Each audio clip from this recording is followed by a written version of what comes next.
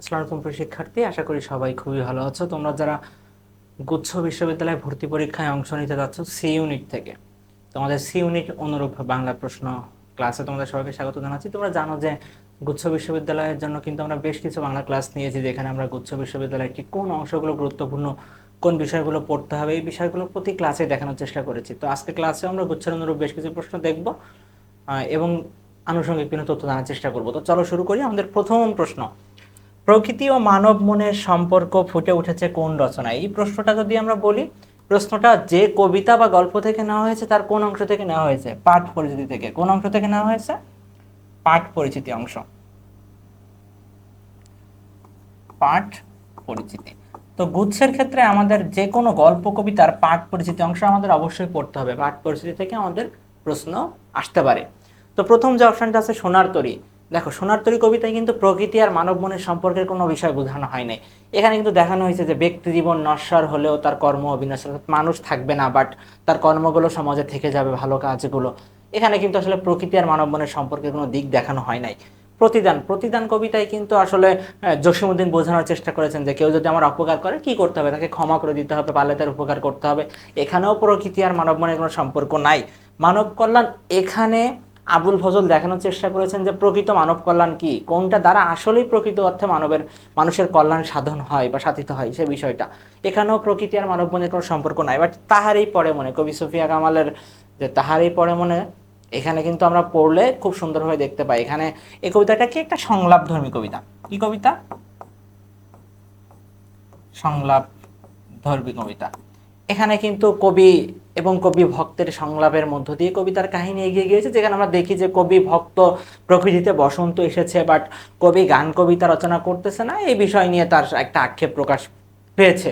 অর্থাৎ এখানে প্রকৃতি আর মানব মনের সম্পর্ক কিন্তু দেখানো হয়েছে। তাহলে সঠিক উত্তর সি। এখন আমরা 2 নম্বর প্রশ্ন দেখব। 2 নম্বর প্রশ্নে বলা হয়েছে যে দৈনিক মর্নিং নিউজ পত্রিকার সাংবাদিক ছিলেন কে? ছিলেন সাংবাদিক। প্রশ্নটা যদি আমরা দেখি তাহলে প্রশ্নটা হচ্ছে আমাদের লেখক পরিচিতি অংশ থেকে নেওয়া হয়েছে। কি থেকে? লেখক পরিচিতি অংশ। আমাদের কোন কবিতা বা গল্পের লেখক পরিচিতিতে এটা আছে? আমরা যদি আমাদের ফেব্রুয়ারি 1969 এর কথা বলি, ফেব্রুয়ারি 1969 যে কবিতা আছে আমাদের, সেই কবিতার ফেব্রুয়ারি 1969 কবিতার লেখক শামসুর রহমান থেকে কিন্তু নেওয়া হয়েছে। শামসুর রহমানের বর্ণনা কিন্তু দেওয়া আছে যে তিনি দৈনিক মর্নিং নিউজ পত্রিকার সাংবাদিক ছিলেন। তো তাহলে সঠিক উত্তর হচ্ছে আমাদের বি। দারুচিনি কোন ভাষার শব্দ? এই যে কোন ভাষার শব্দ, এই টাইপের প্রশ্ন কিন্তু আমাদের পরীক্ষায় আসবে। এজন্য আমাদের কি করতে হবে? বিগত বছরের বিভিন্ন বিশ্ববিদ্যালয়ে ভর্তি পরীক্ষা এছাড়াও এবছর যে বিশ্ববিদ্যালয়ে ভর্তি পরীক্ষাগুলো হয়েছে সেই প্রশ্নগুলো আমাদের অবশ্যই দেখে যেতে হবে গুচ্ছ পরীক্ষার আগে। তো দারুচিনি কি আরবি, ফার্সি, তৎসম নাকি দেশি? দারুচিনি হচ্ছে ফার্সি ভাষার শব্দ। কোন ভাষার শব্দ? ফার্সি ভাষার শব্দ। লগ্নক নয় কোনটি? এই প্রশ্নটা অনেকেই ভুল করেছো। তো লগ্নক নয় কোনটি? এটা কি বিভক্তি, বচন, বাচ্য নাকি নির্দেশক? দেখো, একটা শব্দ যখন বাক্যে ব্যবহৃত হয় তখন এটা পদ হয়, আর পদ হতে গেলে বাক্যে অনেক কিছু সাহায্য নেওয়া লাগে, ওই শব্দকে অনেক কিছু সাহায্য নেওয়া লাগে। কখনো বিভক্তির সাহায্য নেওয়া লাগে, কখনো বা বচনের সাহায্য নেওয়া লাগে, বা কখনো নির্দেশকের সাহায্য নেওয়া লাগে। এই বিষয়গুলোই হচ্ছে কি লগ্নক। তো এখানে যে বাচ্য, বাচ্য হচ্ছে বাক্যের প্রধান প্রকাশভঙ্গি, বাচ্য লগ্নক নয়, বাকি তিনটাই লগ্নক। আমরা পরবর্তী প্রশ্ন দেখি। ওরে তুই যাবি নাকি সোহাগতলির গা বাক্যে ওরে কোন পদ? অনুসর্গ, যোজক, বিশেষণ, আবেগ। এই প্রশ্নটা এসেছে ব্যাকরণিক শব্দ থেকে। আর ওরে তুই যাবি নাকি সোহাগতলির গা, এখানে ওরে হচ্ছে আমাদের কি? আবেগ শব্দ। আবেগ শব্দ। ওরে হচ্ছে কি? আবেগ শব্দ। পরবর্তী প্রশ্ন, ধীর শব্দটির বিশেষ্য রূপ কোনটি? ধীর শব্দটির বিশেষ্য কোনটা? ধীরতা, ধৈর্য, ধীরস্থির নাকি ধীরি? ধীর শব্দের বিশেষ্য পদ হচ্ছে ধীরতা। ধীর শব্দের বিশেষ্য পদ হচ্ছে ধীরতা। এই টাইপের প্রশ্ন কিন্তু আমাদের গুচ্ছ বিশ্ববিদ্যালয়ে ভর্তি পরীক্ষায় আসবে, যে একটা শব্দ দিয়ে বলবে যে কোন পদ, বা বিশেষ্য দিয়ে বিশেষণ করতে বলবে, বা বিশেষণ দিয়ে বিশেষ্য করতে বলবে। এই টাইপের প্রশ্ন আমাদের গুচ্ছ বিশ্ববিদ্যালয়ে ভর্তি পরীক্ষায় অবশ্যই থাকবে। নিচের কোনটি পরিহাসের বিষয়? ন্যাড়ার অনধিকার চর্চা, মৃত্যুঞ্জয়কে বিয়ে করা, মৃত্যুঞ্জয়ের হৃদয় জয় করা, বিলাসীর আত্মহত্যা। এই প্রশ্নটা কিন্তু নেওয়া হয়েছে বিলাসী থেকে।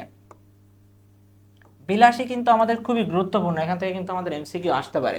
তো আমরা কিছু তথ্য একটু মনে করার চেষ্টা করি। এই বিলাসী গল্পের আমাদের কথক কে ছিল? ন্যাড়া। ন্যাড়া ছিল। আর আমাদের যদি নায়ক চরিত্র বলি আমরা, সে কি ছিল? মৃত্যুঞ্জয় ছিল। মৃত্যুঞ্জয় ছিল। তার কি ছিল না?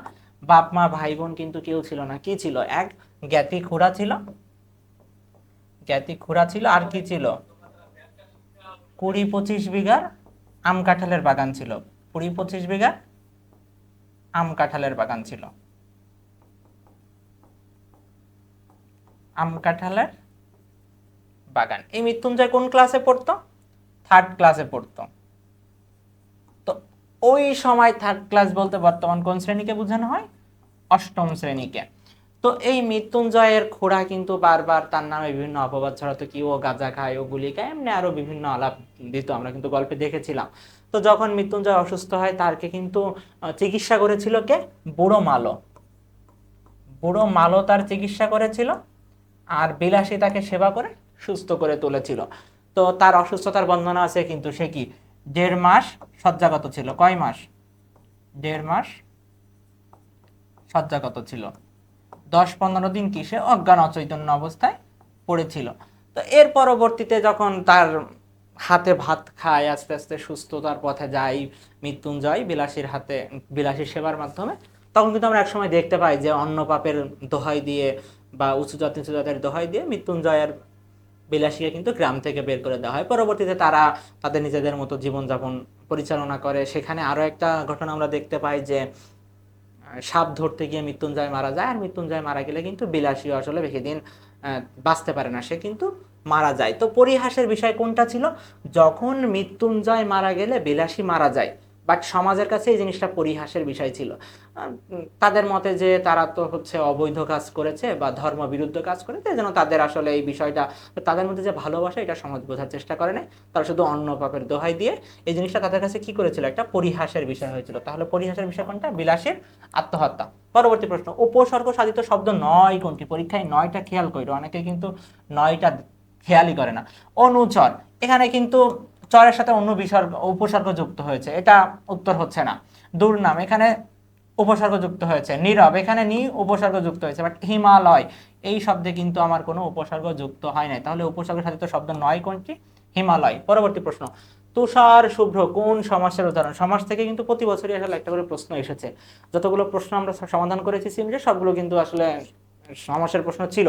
তো তুষার শুভ্র এটা কি উপমান, নাকি দ্বিগু, নাকি উপমিত, নাকি রূপক কর্মধারয়? আমরা কিন্তু দেখেছিলাম যখন কি সত্য তুলনা হয়, কি তুলনা হয়, সত্য তুলনা, তখন সেটা আসলে কি হয়, উপমান কর্মধারয় হয়। কোন কর্মধারয় হয়, উপমান কর্মধারয় হয়। তো তুষার কি, তুষার তো শুভ্র, তুষার কি শুভ্র মানে কি সাদা, তো তুষার তো আসলেই কি সাদা, এটা তাহলে কি তুলনা, সত্য তুলনা। তো সত্য তুলনা হলে কোন সমাস হচ্ছে, উপমান কর্মধারয় সমাস। জৈবনের গান প্রবন্ধে নজরুল কিসের সঙ্গে নিজের স্বভাবের মিল খুঁজে পেয়েছেন? প্রশ্নটা 24-25 সিলেবাস অর্থাৎ এইচএসসি 26 সিলেবাস থেকে, বাট এই প্রশ্নটা আমরা দেওয়ার কারণ হচ্ছে তোমাদের অনেক প্রশ্ন কিন্তু বিশ্ববিদ্যালয় ভর্তি পরীক্ষা ইদানিং দেখা যাচ্ছে যে 26 সিলেবাস থেকে আসছে, এই জন্য নেওয়া হয়েছে। তো জৈবনের গান প্রবন্ধে নজরুল নিজের স্বভাবকে কিসের সঙ্গে তুলনা করেছিলেন, সৈনিকের, দেশপ্রেমিকের, বিদ্রোহী, নাকি বনের পাখি? নজরুল বনের পাখির সঙ্গে নিজেকে তুলনা করেছেন। বনের পাখির কাজ কি, যে কারো পছন্দ হইলেও সে তার মতো গান গাইতে থাকে, পছন্দ হইলেও গায়, না হইলেও গায়। নজরুলও ঠিক এরকম টাইপের মানুষ। দেউল শব্দের প্রতিশব্দ কি, দেওয়ালি, দেয়াল, দলিল, দেবালয়। দেউল শব্দের প্রতিশব্দ কি, প্রতিশব্দ অর্থাৎ শব্দ অর্থ, সমার্থক শব্দ, এই অংশগুলো থেকে আমাদের পরীক্ষায় প্রশ্ন আসতে পারে। তো দেউল শব্দের প্রতিশব্দ হচ্ছে কি, দেবালয়। দেউল শব্দের প্রতিশব্দ হচ্ছে দেবালয়। বিষয় ও আঙ্গিকের সৌকার্যে বাংলা সাহিত্যের অনন্য সংযোজন কোনটি, অপরিচিতা, বিলাসী, সোনার তরী, আমি কিংবদন্তির কথা বলছি। এই প্রশ্নটা আমাদের পাঠ পরিচিতি অংশ থেকে, কি থেকে, পাঠ পরিচিতি অংশ থেকে। কোন পাঠ পরিচিতিতে, অপরিচিতায়, বিলাসী, নাকি সোনার তরী, নাকি আমি কিংবদন্তির কথা বলছি? এখানে সঠিক উত্তর হবে হচ্ছে আমি কিংবদন্তির কথা বলছি। আমি কিংবদন্তির কথা বলছি, এটা কিন্তু গদ্য ছন্দে রচিত। কোন ছন্দে, গদ্য ছন্দে রচিত। আর এখানে কি বিষয় আঙ্গিকের সৌকার্যে, এটা একটা বাংলা সাহিত্যের অনন্য সংযোজন বলা হয়েছে। সেই এখানকার কর্তা সর্বে সর্বে, এখানে কার কথা বলা হয়েছে, মজিদ, খালেক ব্যাপারী, অনুপমের মামা যোগু। প্রশ্নটা নেওয়া হয়েছে মাসি পিসি থেকে। মাসি পিসি, মাসি পিসি গল্পের আমরা যদি নায়িকা চরিত্র বলতে যাই, সেটা হচ্ছে কি আল্লাদি। আর যার স্বামী কে ছিল, যোগু। এই যোগু কি করতো, মদ গাঁজা খাইতো, সে আবার আল্লাদির উপর নির্যাতন করতো। আল্লাদির কিন্তু মা বাবা ভাই কেউ বেঁচে ছিল না, সবাই মারা গেছিল। তখন কি করতো, ওই মাসি আর পিসি তার আসলে দেখাশোনা করতো। তো এখানে এই যে সে এখানকার কর্তা সর্বসর্বা কি বলা হয়েছে, যখন আল্লাদির বাড়িতে আসবে মৃত্যুঞ্জয়, তখন আসলে মাসি পিসি বা আল্লাদি এমন ভাবে আচরণ করবে দেখে যেন মনে হয় যে আসলে সেই এখানকার কর্তা, সেই এখানকার সর্বে সর্বা। এখানে যোগুর কথা বলা হয়েছে। গৃহ শব্দটি কোন ভাষার? তৎসম, তদ্ভব, দেশি বিদেশি। গৃহ শব্দটি তৎসম ভাষার শব্দ। সর্বশেষ প্রশ্ন, জটিল বাক্যের উদাহরণ কোনটি? মা মামার বাড়ি যাবেন এবং, তাহলে এটা কি হয়ে যাচ্ছে আমাদের? যৌগিক বাক্য হয়ে যাচ্ছে। কি বাক্য? যৌগিক বাক্য। সকাল থেকে সে কাজ করছে, আমাদের কি হলো? এটা সরল বাক্য হচ্ছে। তার এত বড় আবিষ্কারের কথা কেউ জানলো না। তার এত বড় আবিষ্কারের কথা কি হলো? কেউ জানলো না। এটাও কিন্তু আমাদের কি হচ্ছে না? জটিল বাক্য হচ্ছে না। মনে হয় আজ গাড়ি আসবে না, মনে হয় আজ গাড়ি আসবে না, এটা আমাদের কি হচ্ছে? এটা জটিল বাক্য। এটা কি হচ্ছে? জটিল বাক্য। তো এই ছিল আমাদের আজকে ক্লাস। আশা করি যে এই বিষয়গুলো তোমরা সব বুঝতে পেরেছো, আর পরীক্ষার জন্য এই অংশগুলো তোমরা ভালো করে দেখবে। তো সবাই ভালো থাকবে। আসসালামু আলাইকুম সবাইকে।